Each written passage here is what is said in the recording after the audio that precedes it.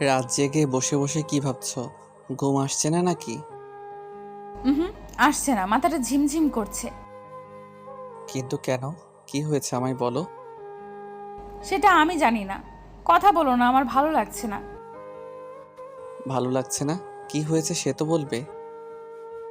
অয়ন কথাটা বলতেই অথরা অয়নের পাশ থেকে উঠে ব্যালকনির দিকে চলে গেল।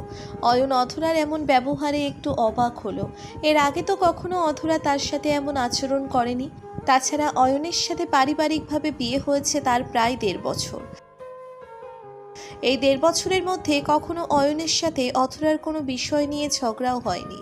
এই ১.৫ বছরের সম্পর্কের মাঝে অথরার থেকে অয়ন একটা জিনিস শুধু পেয়ে গেছে, আর সেটা হলো ভালোবাসা।